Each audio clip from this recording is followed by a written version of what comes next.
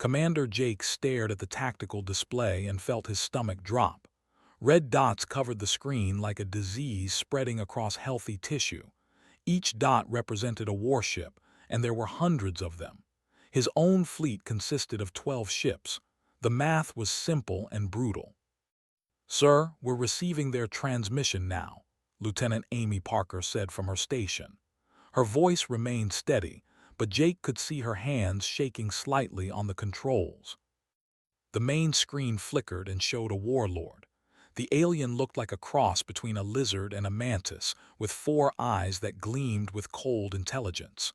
"Human Commander," the said in perfect English, "I am warlord of the Dominion Third Fleet.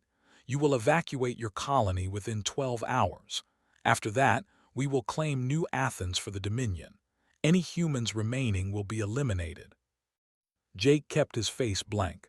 "This is a peaceful colony. We have families here, children. What possible reason could you have for attacking us?" Made a sound that might have been laughter. "Your species grows too quickly. You claim too many worlds. The Galactic Council fears you, though they will not say it openly.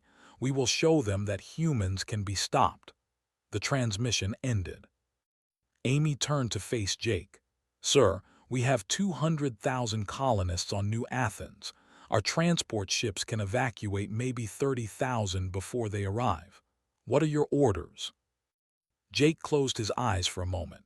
He thought about his own daughter living on Earth, safe and far away. These colonists had come here seeking a new life. They had built homes, started families, created a community. And now some alien warlord wanted to murder them to make a political point. "Get me Captain Ben Hayes on the ground," Jake said, "and find Dr. Lisa Grant. I need to speak with her immediately." 10 minutes later, both faces appeared on his screen. Ben Hayes was a muscular man with a scar across his left cheek from a training accident years ago. Lisa Grant was younger, with sharp eyes that missed nothing. She studied ancient human cultures, which most people considered a useless hobby in the age of space travel. "Ben, what are our ground defenses looking like?" Jake asked. Ben shook his head. "Not good, sir. We have about 5,000 soldiers, well-trained but lightly armed. Intelligence says they are bringing at least 250,000 warriors. They're bred for combat and their weapons technology matches ours. In open battle, we'd last maybe an hour." "What about evacuation?" "We can get the children out first, but we're looking at maybe 40,000 total before they arrive. That leaves 160,000 people with nowhere to go." Jake felt the weight of command pressing down on him like a physical force. Every commander dreaded this moment, the choice between impossible options. He could evacuate some and abandon the rest. He could fight and watch his people die, or he could surrender and hope they showed mercy, though their reputation suggested they would not. "Lisa," Jake said, turning to the archaeologist, "you've been quiet. Any thoughts?" Lisa bit her lip. "This might sound crazy, but I've been thinking about the Battle of Thermopylae." "The what?" Ben asked. "Ancient Greece, about 480 BC. A force of 300 Spartan warriors held a narrow mountain pass against a Persian army of hundreds of thousands. They fought for 3 days and killed thousands of enemy soldiers before they were finally overwhelmed." Jake leaned forward. "How is that relevant to our situation?" "New Athens colony is built in a valley," Lisa explained.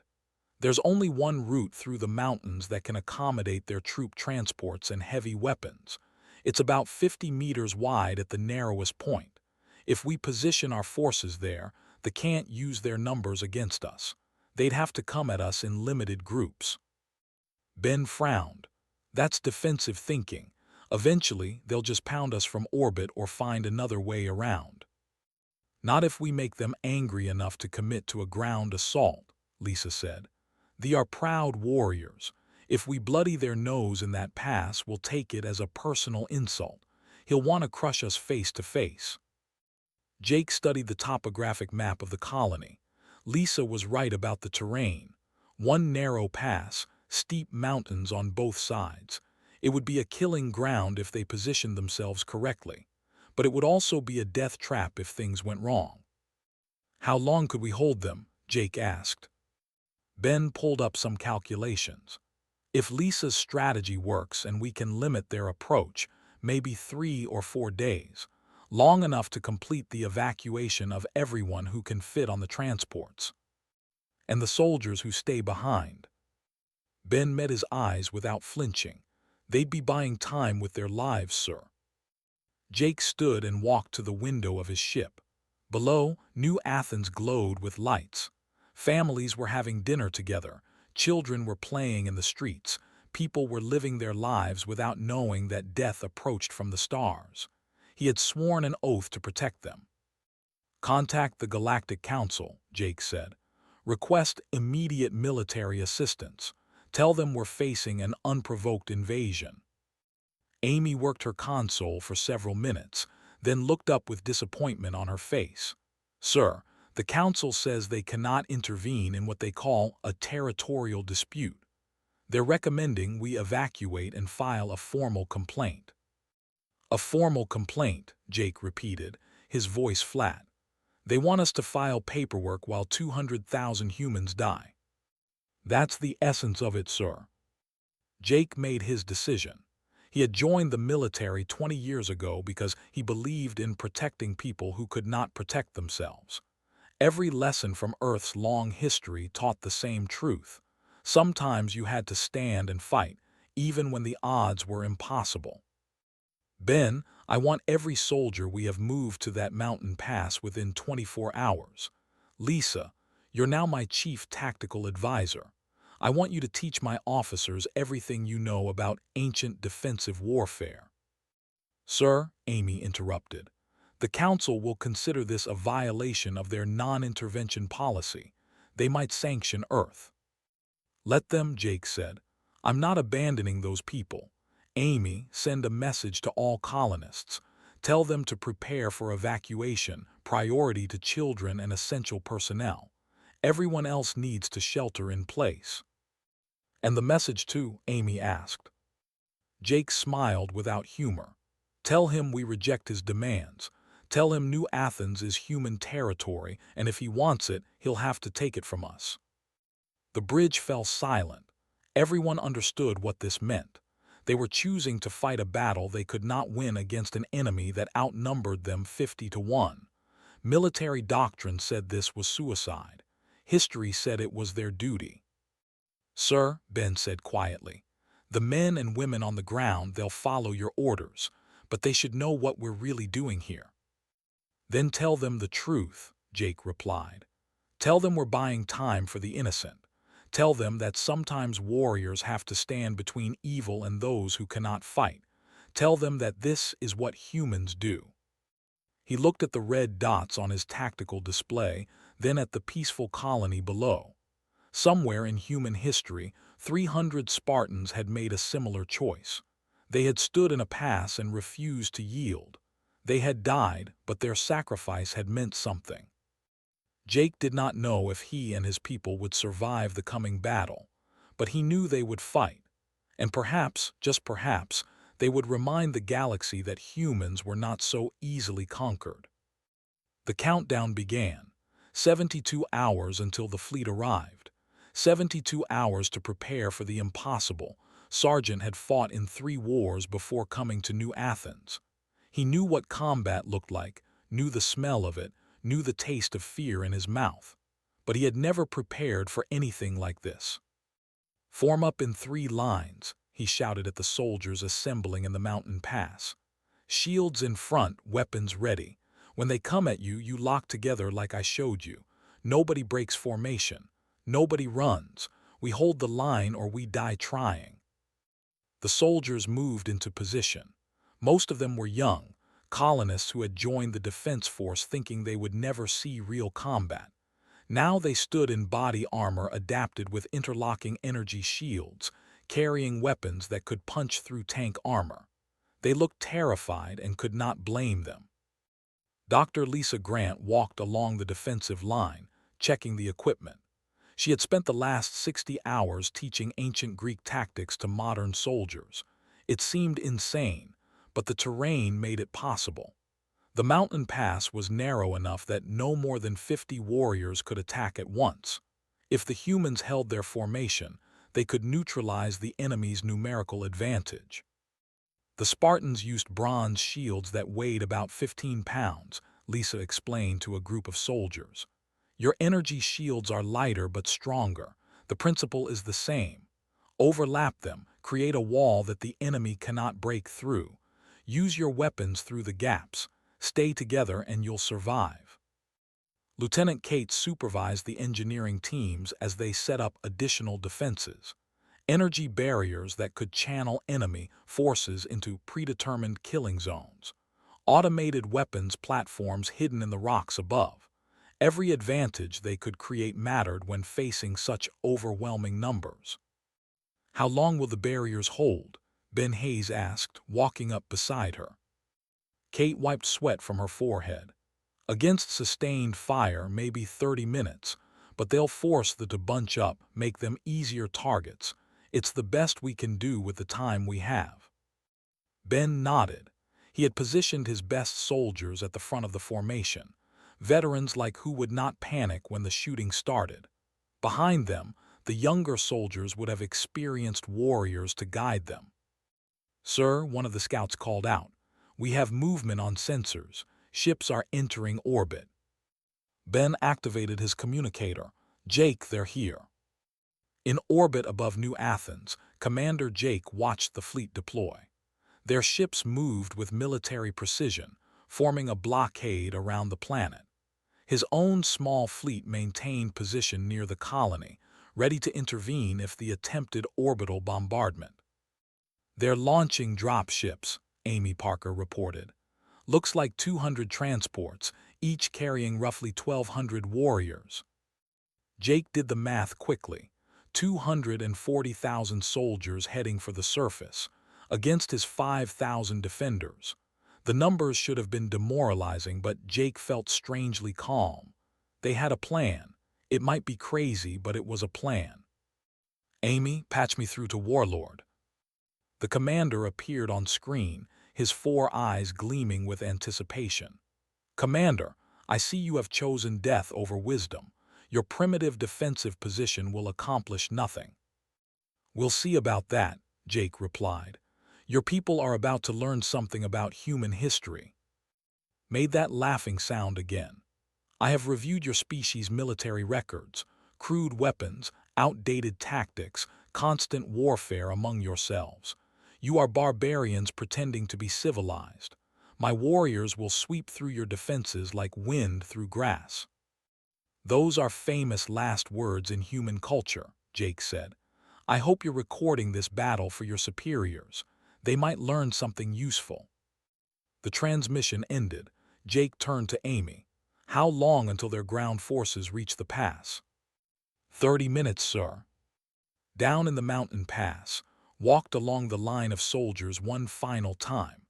He stopped at a young private named Anderson, barely 20 years old, who was gripping his weapon so tightly his knuckles had turned white. "First battle?" asked. Nodded. "Yes, Sergeant, I'm scared." "Good," said. "Fear keeps you alert. The Spartans at Thermopylae were scared too, but they stood their ground because they were protecting their homes. That's what we're doing here. Those colonists behind us, the ones getting on evacuation ships right now, they're alive because we're standing in this pass. Remember that when things get bad." "Will it hurt when they kill us?" Considered lying, then decided the young man deserved truth. "Probably, but you won't die alone. We'll all be here together doing something that matters. That's more than most people get." "Straighten up a bit." "Yes, Sergeant." The first warriors appeared at the far end of the pass. They were massive creatures, each one over 2 meters tall, covered in natural armor plating and carrying weapons that hummed with deadly energy. They advanced in a loose formation, confident in their superior numbers. "Shields up," Ben Hayes commanded. The front line of human soldiers activated their energy barriers.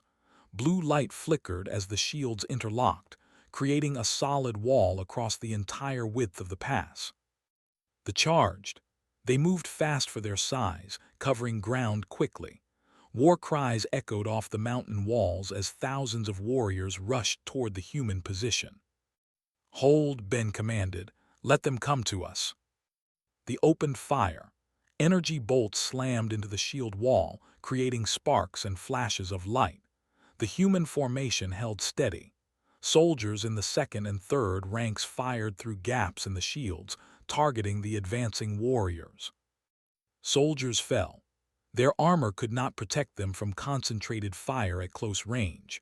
But more warriors pushed forward from behind, stepping over their fallen comrades without hesitation. The two forces collided with brutal impact. Warriors slammed into the shield wall, trying to break through by sheer force. Human soldiers braced their positions, shields locked together, weapons firing at point-blank range. "Hold the line," roared. "Stay together." The fighting became chaotic and desperate. Warriors tried to climb over the shields, only to be shot down. Others attempted to flank around the edges of the formation, but Kate's defensive systems cut them down. The narrow pass became a killing ground, exactly as Lisa Grant had predicted. For 20 minutes they pushed forward. For 20 minutes the human shield wall held firm. Bodies piled up at the front of the formation. The stench of burned flesh and ozone filled the air. Soldiers screamed in pain and rage, but the line did not break. Finally, the warriors pulled back. They retreated to regroup, leaving hundreds of dead and wounded behind. The human formation had held. Ben Hayes could barely believe it. They had faced the first assault and survived. His soldiers were exhausted, several wounded, 2 dead. But they had proven Lisa's strategy could work. "Status report," Ben called out. "Shields at 60% capacity," Kate reported. "We can recharge them before the next attack." "Ammunition at 75%, added. "We've got plenty of fight left in us." Ben activated his communicator to Jake. "Sir, we held the first wave. Enemy casualties estimated at 800. Ours are minimal." In orbit, Jake allowed himself a small smile. "Well done, Captain. Prepare for the next assault. They'll be angry now." On his flagship, Warlord stared at the tactical reports in disbelief. 800 warriors dead in the first attack, against 5,000 humans using primitive defensive tactics. His officers stood silent, waiting for his response. "Humans," said slowly. "They fight like no species I have encountered. This will require further study." He pulled up Earth's military history database and began reading. The Battle of Thermopylae, the Battle of the Siege of Bostonia.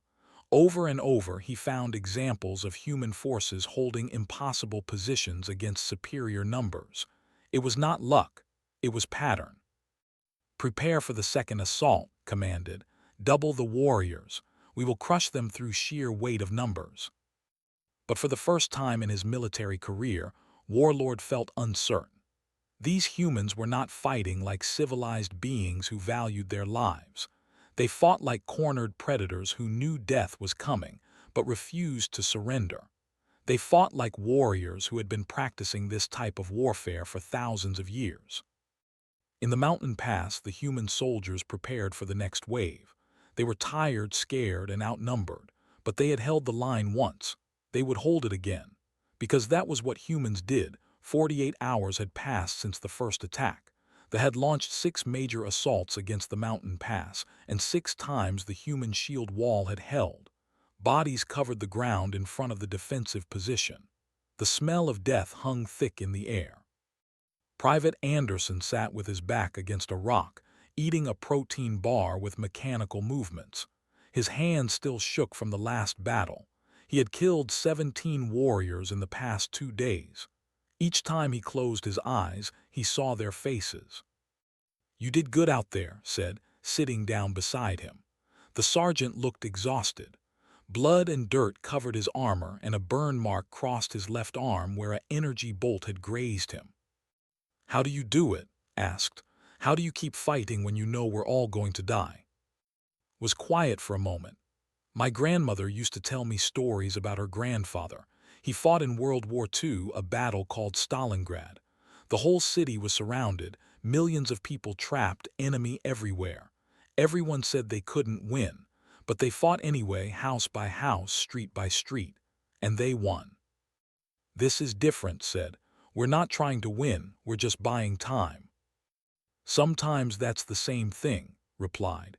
Every hour we hold this pass is another 1,000 colonists on evacuation ships, another 1,000 families that get to live.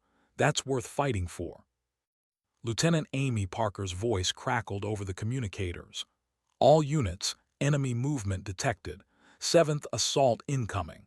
Estimate 15,000 warriors this wave. Stood up, his exhaustion forgotten. He moved to his position in the shield wall, activating his energy barrier. Around him, other soldiers did the same. They were tired, wounded, running low on supplies, but they formed up in perfect formation, just like they had been trained. In his command ship, Warlord watched the tactical display with growing frustration. He had thrown over 50,000 warriors at this position. More than half of them were dead or wounded. The narrow pass prevented him from using his numerical advantage. Every attack resulted in massive casualties. This makes no sense, one of his officers said. They should have broken by now. No species can sustain this level of combat for so long. Pulled up another file from Earth's historical database. He had been reading for hours, and what he discovered disturbed him. Humans had been fighting wars continuously for their entire recorded history. Not occasional conflicts like other species, but constant, brutal warfare that spanned. Look at this, said, showing his officers a record of human battles. The 100 Years' War, the 30 Years' War, 2 world wars that killed hundreds of millions. They fight each other when no external enemies exist. Combat is woven into their culture. But why? Another officer asked. What evolutionary pressure created such aggression? Accessed Earth's environmental data. Their planet, he said slowly. Look at their planet, ice ages, supervolcano eruptions, massive predators, diseases that killed millions. Earth did not create a peaceful species. It created survivors who learned to fight or die. The officers looked at each other nervously. They had evolved on gentle worlds with mild climates and few natural predators.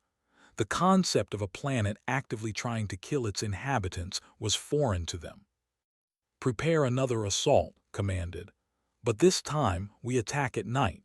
Most species have reduced combat effectiveness in darkness. As night fell over New Athens, the warriors moved into position. They advanced quietly, using the darkness as cover. Their night vision equipment gave them a clear view of the human defensive line. Ben Hayes stood at the front of the formation, watching the darkness through his helmet's sensors. They're coming, he said quietly into his communicator, trying to use the night against us. Do they know about human night vision? Kate asked. Apparently not, Ben replied with a grim smile. They're about to get an education. They attacked without warning, rushing from the darkness toward the human line. But the humans were ready. Their helmets provided perfect vision in the dark. More importantly, humans had evolved as persistence hunters who tracked prey for days across rough terrain. Night operations were part of their evolutionary heritage. The battle that followed was brutal and one-sided. Warriors stumbled in the darkness, unable to coordinate their attacks effectively. Human soldiers picked them off with precise fire, using the night as a weapon instead of a handicap. Anderson found himself fighting with a cold efficiency that surprised him. He could see every movement in the dark, could anticipate enemy positions, could coordinate with his squad without speaking. It was like some ancient part of his brain had activated, a predator instinct from when his ancestors hunted in the African night. 3 hours later, they retreated again. They left behind another 2,000 casualties. The human formation had not wavered. Captain Sam Wright watched from his fighter above the battlefield. His squadron had been providing air support when needed, but mostly they waited in orbit, conserving fuel and ammunition. He listened to the radio chatter from the ground forces and felt pride mixed with sadness. "Those crazy people are actually holding," his co-pilot said. 50-1 odds and they're holding. "That's what humans do," Sam replied. "We've been the underdog in every fight since we crawled out of the caves. Somehow, we keep winning." In the mountain pass, Dr. Lisa Grant moved among the wounded soldiers, offering what medical help she could. She had never expected her knowledge of ancient history to become so crucial. Every tactic she remembered from her studies, every strategy from forgotten battles, had been adapted and used in this modern conflict. "Dr. Grant," a wounded soldier called out, "is it true, about Thermopylae, did 300 really hold against hundreds of thousands?" "Yes," Lisa said, checking his injuries. "For 3 days, they knew they would die, but they bought time for their people to prepare defenses. Their sacrifice mattered." "Will ours matter?" Lisa looked at the young man. "Over 120,000 colonists have been evacuated so far. Children, families, elderly people, all alive because you stood in this pass. Yes, your sacrifice matters." The soldier nodded and closed his eyes. Across the galaxy, other species watched the Battle of New Athens with growing fascination.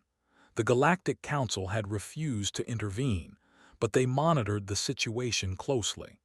What they saw challenged everything they thought they knew about human beings. High Chancellor of the Council addressed an emergency session. "The humans have been fighting for over 2 days. Casualty reports indicate they have lost less than 3% of their force while inflicting 70% casualties on the. This should not be possible.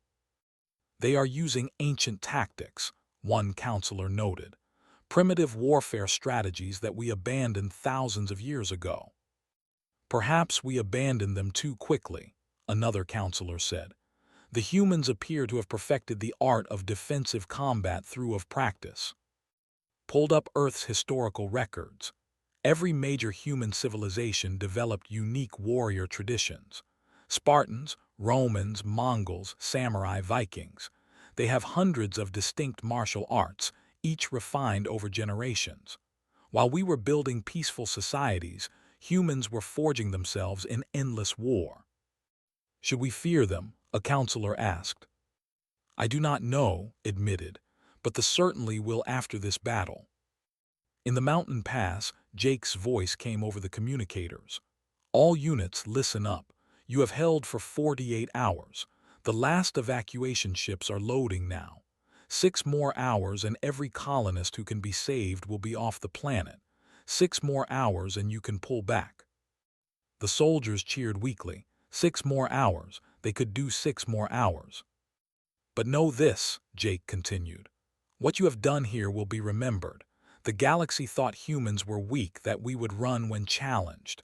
You proved them wrong. You showed them what humans are really capable of. I am honored to serve with you." Looked at his soldiers. They were exhausted, wounded, pushed to their absolute limits. But they stood ready. Because humans had learned long ago that sometimes you had to stand and fight, no matter the cost. The 8th assault began. And once again, the shield wall held firm. 60 hours into the siege, Commander Jake made a decision that would change galactic history. The last evacuation ship had just left orbit, carrying the final group of colonists to safety. Every civilian who could be saved was now off New Athens. The soldiers in the mountain pass had accomplished their mission. But Jake was not ready to retreat. "Amy, get me Captain Hayes on secure channel," he said. Ben Hayes appeared on the screen, his face covered in dirt and blood. Behind him, soldiers moved through the defensive positions like ghosts. They had been fighting almost continuously for 3 days. By all military logic, they should be defeated. "Ben, status of our forces?" Jake asked. "We've lost about 400 soldiers, another 600 wounded but still combat capable.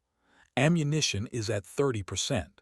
Shields are barely functioning, but morale is high, sir. The men and women down here know they did something impossible. How would you feel about doing something even more impossible? Ben raised an eyebrow. I'm listening. Jake pulled up a tactical map. They have committed nearly their entire ground force to taking that pass.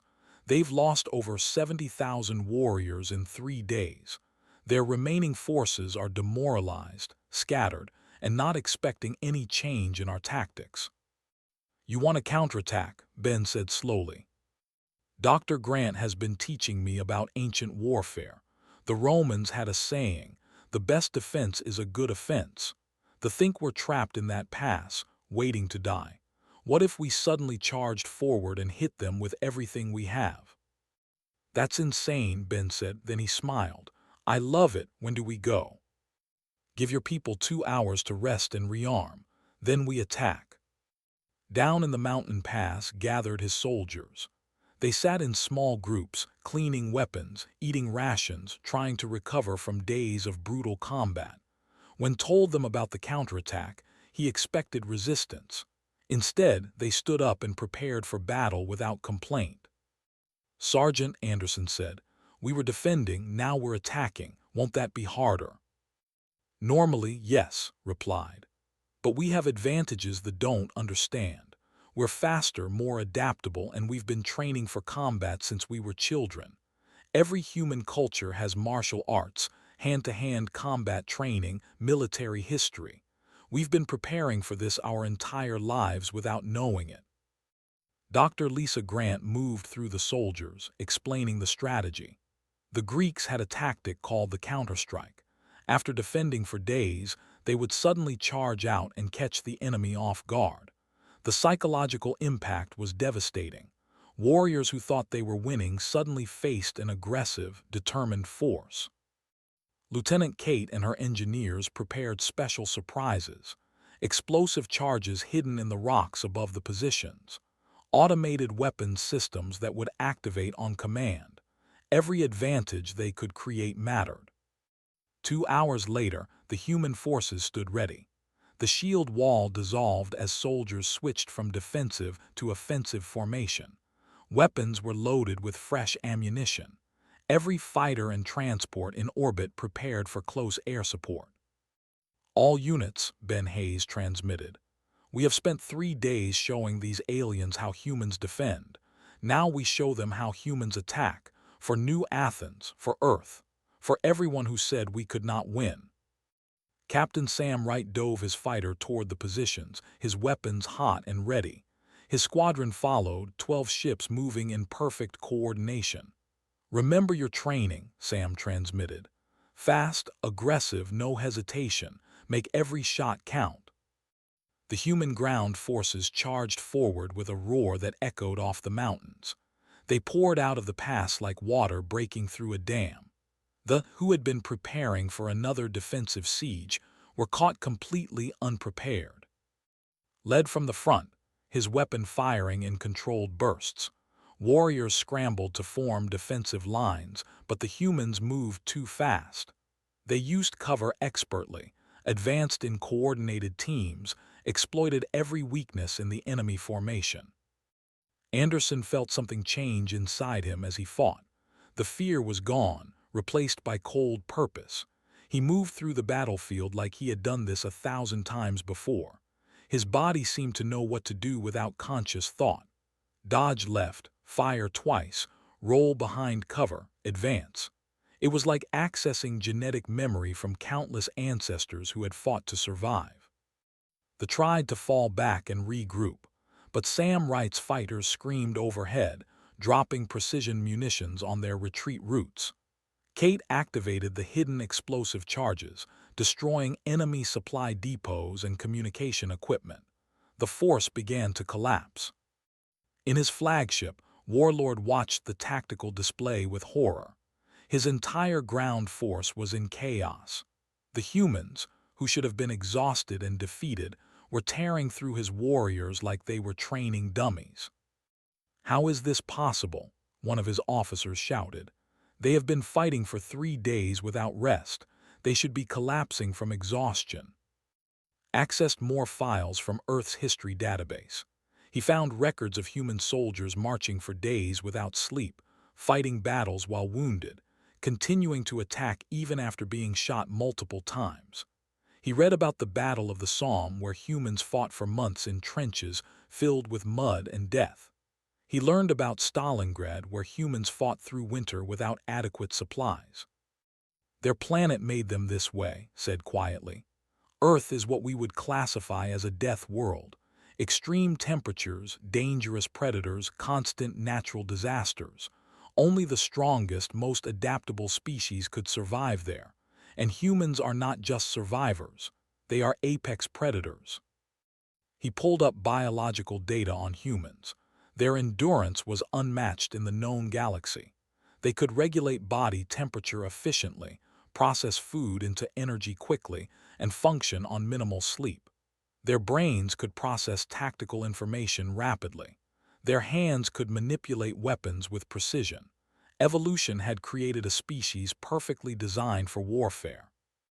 They hunt in packs, continued, his voice filled with growing understanding. They communicate silently with gestures. They use tools as natural extensions of their bodies. These are not civilized beings who learn to fight. These are predators who learn to build spaceships. On the battlefield, the human assault continued with brutal efficiency.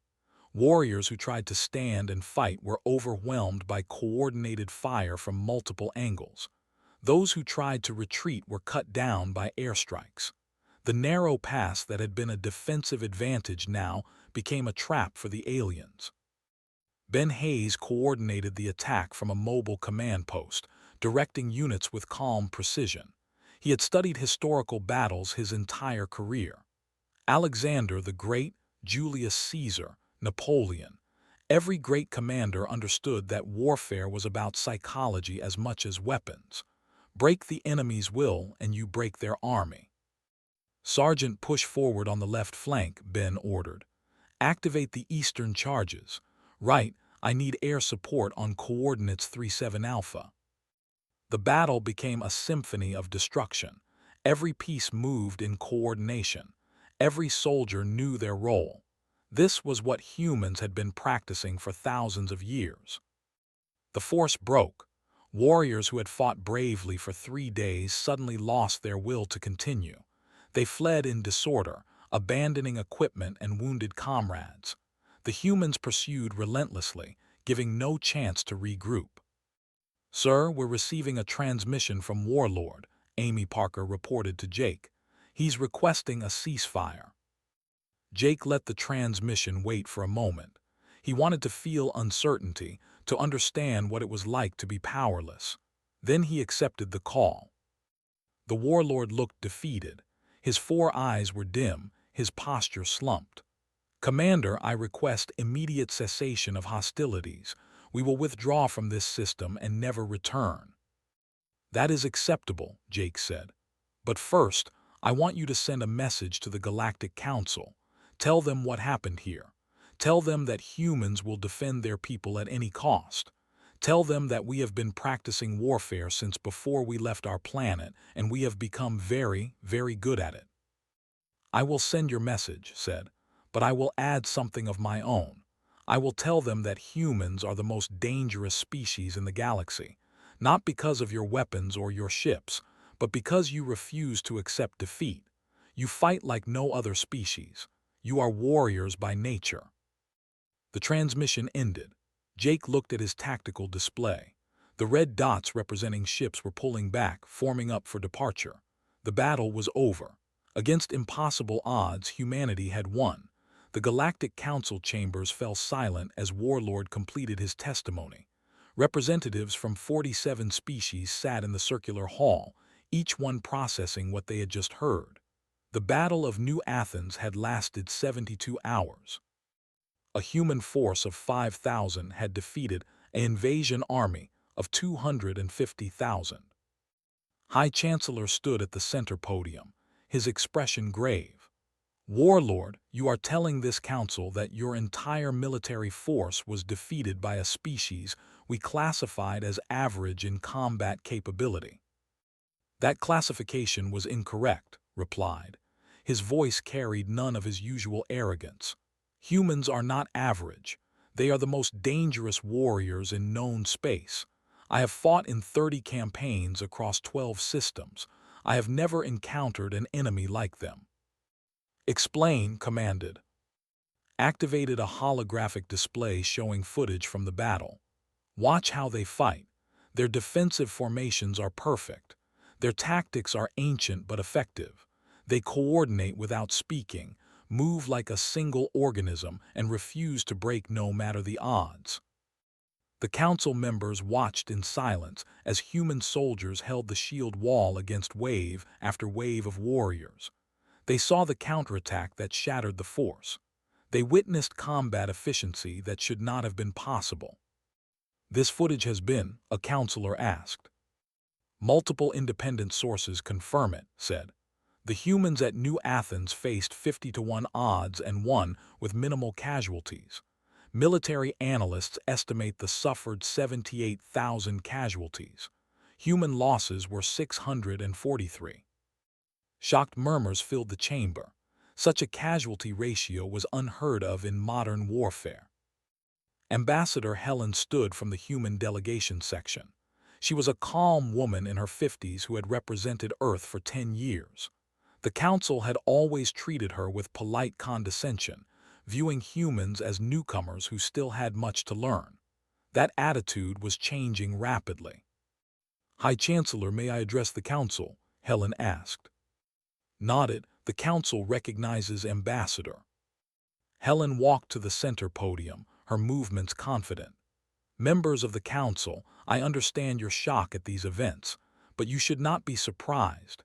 Everything you need to know about humanity exists in our historical records, which are freely available to all species. She activated her own holographic display, showing images from Earth's history. We have been fighting wars for over 10,000 years, not occasional conflicts but continuous warfare. We have developed hundreds of distinct martial traditions. Every human culture from every continent created unique combat systems. The display showed Spartan warriors at Thermopylae, Roman legions, Mongol cavalry, samurai warriors, medieval knights, modern soldiers. We do not fight because we are aggressive, Helen continued. We fight because our planet forced us to adapt or die. Earth is what you classify as a high-gravity death world with extreme climate variations and dangerous megafauna. Survival required us to become warriors. A counselor from the species raised a tentacle. Ambassador, are you saying that all humans are trained for combat? In a sense, yes, Helen replied. Human children play combat games. We teach martial arts in schools. Every human knows basic military history. Fighting is woven into our cultural DNA.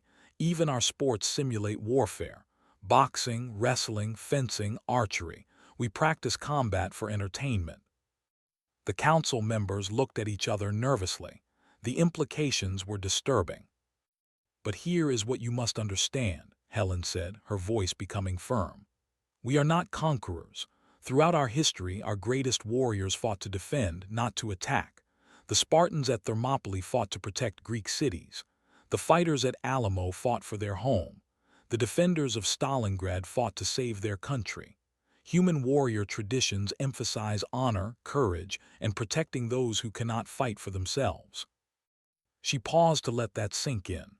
At New Athens, Commander Jake and his soldiers faced impossible odds. They could have evacuated and abandoned the colonists. Instead, they chose to stand and fight because it was the right thing to do. That is what human warriors do. We protect the innocent. High Chancellor stood. Ambassador, the council must deliberate on this new information. We had not understood the full nature of your species' capabilities. With respect, Chancellor, you never asked, Helen replied. You assumed we were like other species. We are not. We come from a world that tried to kill us every day. We survived by learning to fight, to adapt, to never give up. That is humanity's greatest strength and our oldest tradition. 3 days later, the Galactic Council released its official statement. Commander Jake watched the broadcast from his ship, now back in orbit around New Athens. Beside him, Dr. Lisa Grant and Captain Ben Hayes stood silently. The Galactic Council recognizes humanity as a warrior species, announced. This is not a designation of aggression but of capability. Humans have demonstrated exceptional combat skill, tactical innovation, and most importantly, a warrior code that emphasizes protection over conquest. The Chancellor continued, "We are establishing a new category in galactic law, protective warrior species. Humans will be granted autonomy in military decisions regarding their own territory. Furthermore, we are requesting that Earth provide military advisors to help other species develop defensive capabilities." Jake smiled. "They're scared of us, but they're also smart enough to learn from us." "Is that what we wanted?" Lisa asked. "To be known as warriors?" "We did not choose it," Ben replied. "Earth chose it for us. But if the galaxy is going to fear humanity, at least they'll fear us for the right reasons. We're not monsters, we're protectors." Down on New Athens, the surviving soldiers gathered for a memorial service. 643 markers stood in neat rows, each one representing a fallen defender. Stood at attention, saluting his fallen comrades. Beside him, Anderson wiped tears from his eyes. "They died protecting others," said quietly. "That's the warrior tradition that matters, not the killing but the sacrifice." Across the galaxy, other species began studying human history with new interest. Military academies added courses on human tactics. Diplomats reviewed Earth's warrior codes. Scientists studied human evolutionary advantages. Humanity was no longer dismissed as primitive newcomers. They were recognized as the galaxy's most effective warriors. But it was the reaction of ordinary humans that surprised the galaxy most. When news of the Battle of New Athens spread through human colonies, people did not celebrate the killing. They honored the sacrifice. They remembered the defenders who stood against impossible odds to save innocent lives. Earth's military academies added the Battle of New Athens to their curriculum, placing it alongside Thermopylae and other historic last stands. The lesson was always the same. Sometimes warriors must stand and fight, not for glory or conquest, but because it is right. Commander Jake received the Earth Defense Cross, the highest military honor. He accepted it on behalf of all the soldiers who had fought at New Athens. In his acceptance speech, he said something that resonated across both human and alien worlds. "We did not seek to be warriors, but when evil threatened innocent people, we chose to fight. That is the oldest human tradition, not warfare for its own sake, but courage in the defense of others. If the galaxy fears us for that, so be it. We will continue to stand between the innocent and those who would harm them. That is what humans do. That is what we have always done." Warlord, watching from his in exile, understood the truth that many in the galaxy still struggled to accept. Humans were not just skilled fighters. They were a species that had spent 10,000 years learning that some things were worth dying for. They had cultures built around honor, duty, and sacrifice. They had martial traditions that emphasized protecting the weak. Other species could learn human tactics. They could study human weapons, but they could not replicate human spirit, forged over on a death world that demanded constant struggle. That spirit, more than any technology or tactic, was what made humans truly dangerous. The Battle of New Athens became a turning point in galactic history. It revealed humanity's true nature to the galaxy, not as conquerors but as warriors who fought for others. It showed that humans would defend their people at any cost, against any odds. And it reminded every species in the galaxy of a simple truth: never underestimate those who have been fighting since before they reached the stars. Because humans had learned long ago that sometimes the only way to protect what you love is to stand and fight, no matter the cost. The shield wall of New Athens held for 3 days, but its impact would last forever.